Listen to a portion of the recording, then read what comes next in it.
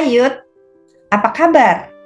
Saya Pendeta Riani Suharja dari GKI Pondok Indah mengajak kita semua untuk merenungkan bersama Youth for Christ dengan tema Melek Rohani. Mari sebelum kita mulai dan membaca nats kita yang keseluruhannya diambil dari Matius 20 ayat 29 sampai 34, kita bersama-sama berdoa. Bapa di dalam surga, kami ingin seperti dalam judul tema renungan hari ini, melek rohani. Bukakan mata kami, bukan hanya jasmani tetapi rohani. Dalam Kristus yang berbicara kepada kami berdoa. Amin.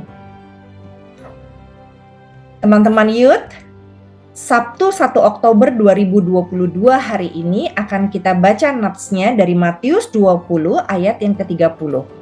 Demikian firman Tuhan. Lalu mereka berseru, Tuhan anak Daud, kasihanilah kami. Sekali lagi, Tuhan anak Daud, kasihanilah kami. Ada seorang bernama Yosef. Yosef terlahir buta secara jasmani sejak lahirnya. Kedua matanya sama sekali gak bisa lihat apa-apa. Namun demikian, Yosef tumbuh menjadi seorang yang sangat luar biasa. Kenapa? Karena ia mahir memainkan alat-alat musik seperti gitar, organ, keyboard, dan piano. Ia aktif melayani sebagai pemusik di gerejanya dan banyak di yayasan sosial lainnya. Kesaksian-kesaksian iman dan kesaksian hidupnya telah menginspirasikan banyak orang. Meskipun dia buta secara jasmani, tetapi mata rohaninya terbuka lebar sehingga ia bisa melihat indahnya karya Tuhan dan juga misi hidupnya yang penuh dengan makna. Nah, teman-teman Youth, teks Alkitab hari ini kita juga menyebut tentang dua orang buta. Mereka memang buta secara jasmani ya, tapi mata rohani mereka tuh benar-benar terbuka loh. Ketika mendengar bahwa Yesus lewat, mereka segera berseru, Tuhan anak Daud, kasihanilah kami. Itu seruan iman loh.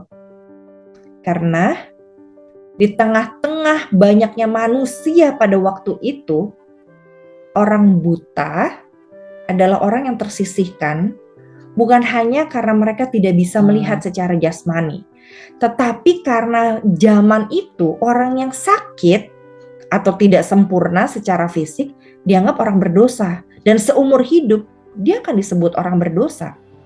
Nah, mereka percaya bahwa Yesus adalah Tuhan dan kuasa Yesus dipercayai oleh mereka melebihi siapapun dan kuasa apapun. Ia juga adalah anak Daud yang dipercaya oleh mereka dari generasi ke generasi sebagai orang yang penuh dengan kuasa. Mereka percaya bahwa Yesus adalah keturunan raja dan patut dihormati. Orang buta itu juga percaya bahwa hanya belas kasihan Yesus yang dapat memulihkan kebutaan jasmani mereka. Itu sebabnya mereka menolak ketika orang bilang, berhenti kamu bicara. Mereka tetap berseru. Sekalipun banyak orang menghalangi mereka, mereka tetap berteriak dan memohon kepada Yesus. Alhasil, mereka berbuat sesuatu yang memang menyebalkan di mata masyarakat, tetapi berbuah manis. Tuhan mengasihani mereka, menunjukkan belas kasihannya kepada mereka, dan mengabulkan permohonan mereka. Sehingga mereka melek mata jasmaninya seutuhnya. Lalu mereka memberi diri mereka dan dengan sukacita mau menjadi murid Kristus. Nah, Youth, mana yang kita pilih? Mau melek jasmani atau melek rohani? Kalau saya mau keduanya. Tapi bicara tentang melek rohani, itu lebih penting loh. daripada melek jasmani. Kekhawatiran dan penderitaan dalam hidup kita selalu dikaitkan dengan kebutaan rohani. Apa sih buta rohani? Buta rohani itu gagal melihat kasih, berkat, dan kuasa Tuhan yang menopang kehidupan kita.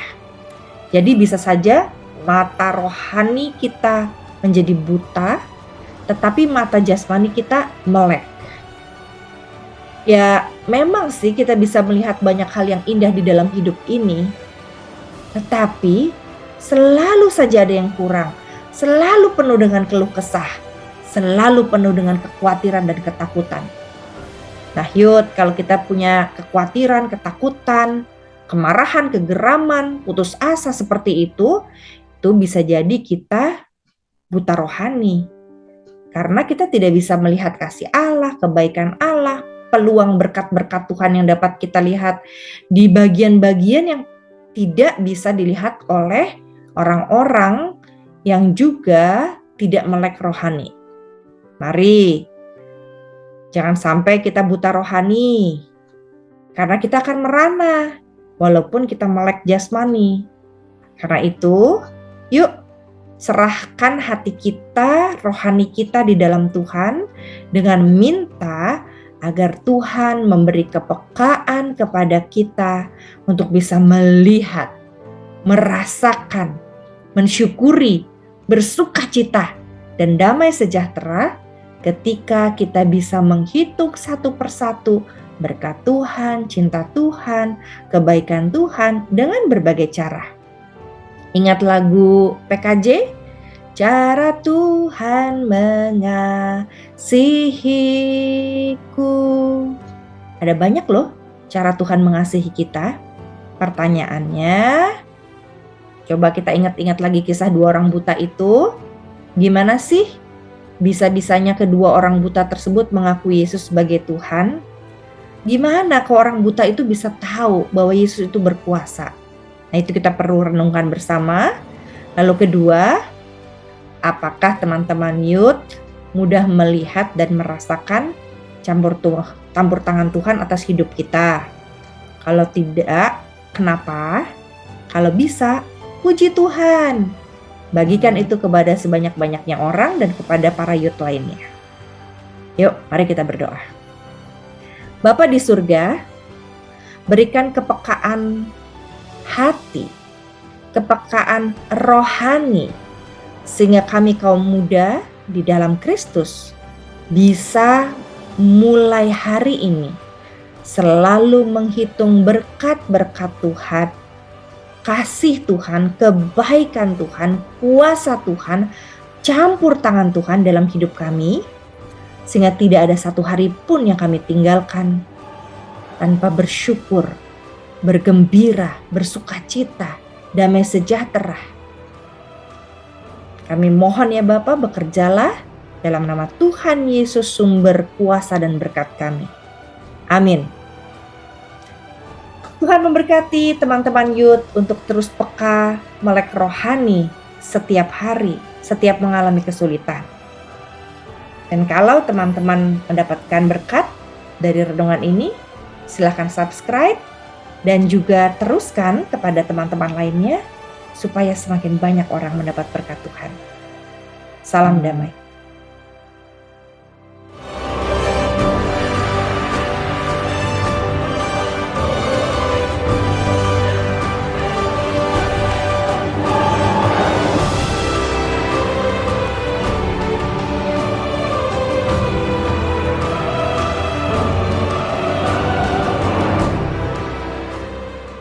Sahabat, mari dukung pelayanan dan pekabaran Injil melalui YKB dengan membagikan link acara ini kepada sebanyak mungkin orang.